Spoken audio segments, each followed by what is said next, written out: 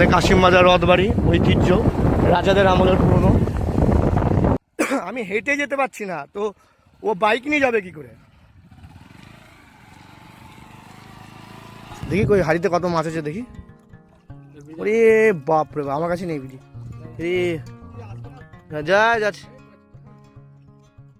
ছোট ছোট মাছ রে, এত ছোট ছোট। যাচ্ছি যাচ্ছি।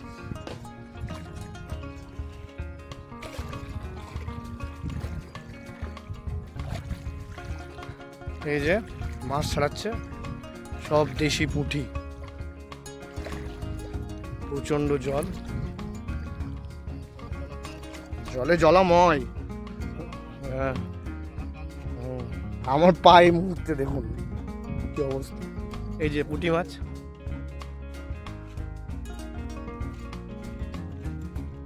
একটা একটা করে মাছ আছে, সব পুঁটি মাছ, চুনো পুঁটি। বেগুন আলু লম্বা লম্বা করে কেটে একটু টমেটো দিয়ে একটু ঝাল ঝাল করে চচ্চড়ি বানাতে হবে এই মাছের। প্রচণ্ড স্বাদ, আহ কি স্বাদ। একটা একটা করে মাছ ছাড়াচ্ছে।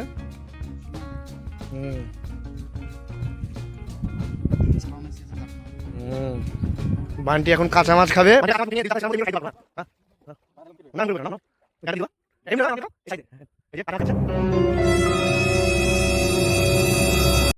भाई साहब कुछ ज्यादा नहीं हो गया ये? मतलब कुछ भी।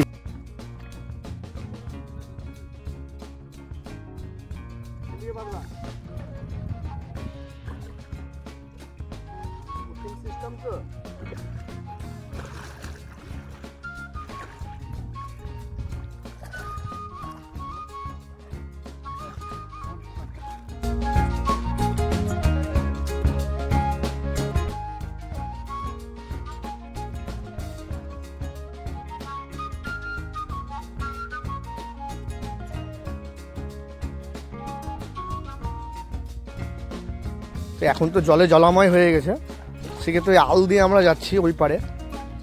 দেখুন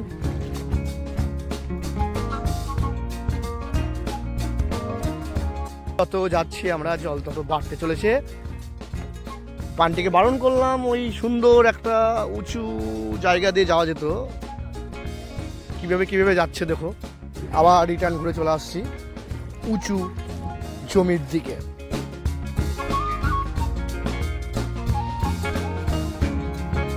কাদা, তার মধ্যে আবার এই ভয়ঙ্কর জঙ্গল, জঙ্গলে ভর্তি। এরকম কেমন বন, আম গাছ, কাঁঠাল গাছ, বেগুন গাছ। এ তো মনে হচ্ছে আমরা পাহাড়ে উঠছি।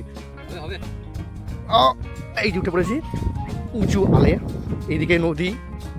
যা আমাদের পথ পুরো বন্ধ যাওয়ার। না বান্টি একটুখানি কষ্ট করতে হবে, ওই কোনাটা ওইখানে উঁচু আছে। বান্টি আবার নামছে নিচে হাতে জুতো নিয়ে। আমারও ভয় লাগছে, প্রচন্ড জল রয়েছে এই জায়গাটা। এইখানে পা দাও, এই কাদাটাতে কাদাটা পা দাও। হ্যাঁ, देखा आपने लापरवाही का नतीजा है। কার মেরেছে কি জঙ্গল গোবরা।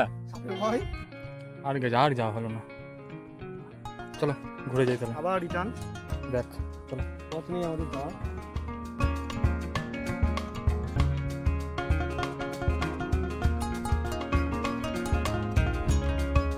শুনতে পাচ্ছেন? এগুলো সব বক, জঙ্গলি বকে ডাকছে মাছ। ও একটা সুন্দর দৃশ্য এই মুহূর্তে।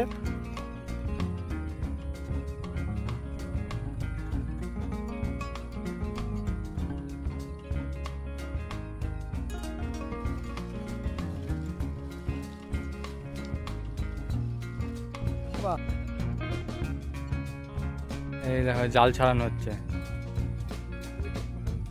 হ্যাঁ, জঙ্গলে যাওয়া যাবে না, অজকর।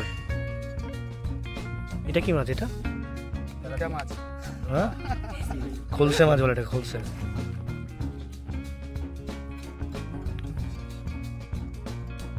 এটাকে শোল মাছের বাচ্চা। এটাকে চিংড়ি মাছ বলে, এটা টাকি মাছ বলে এক কথায়। এটা দেশি পুঁটি। এই পুঁটিটার পেটে বাচ্চা রয়েছে, এক করে ডিম, বাচ্চা তো না ডিম। খুব হয়েছে। গুড নাইট বল দাও।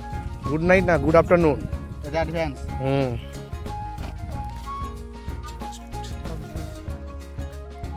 একটা দেখো গাইস, আমরা এবার বাড়ির দিকে রওনা দিচ্ছি। ওয়েদার দেখে মনে হচ্ছে ভালো বৃষ্টি আসবে, তাই তো?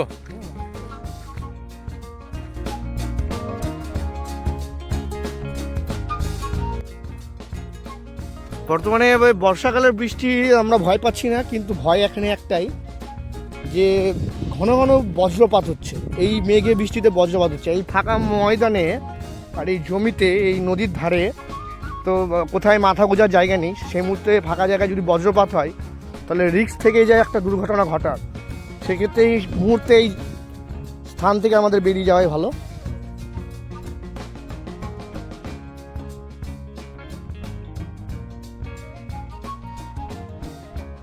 বৃষ্টি টিপটিপ করে পড়তে শুরু করেছে এই অফরোডিং রাস্তায়। এই যে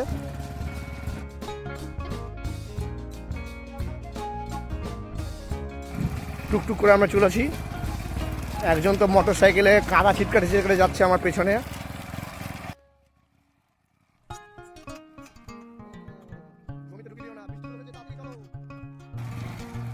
বৃষ্টি নেমে গেছে বন্ধুরা। এই মুহূর্তে বানটি আবার ভরাম করে কাদা খেলে উল্টে গেল। দেখছুন আপনারা বন্ধুরা কিরকম রাস্তা বাজে।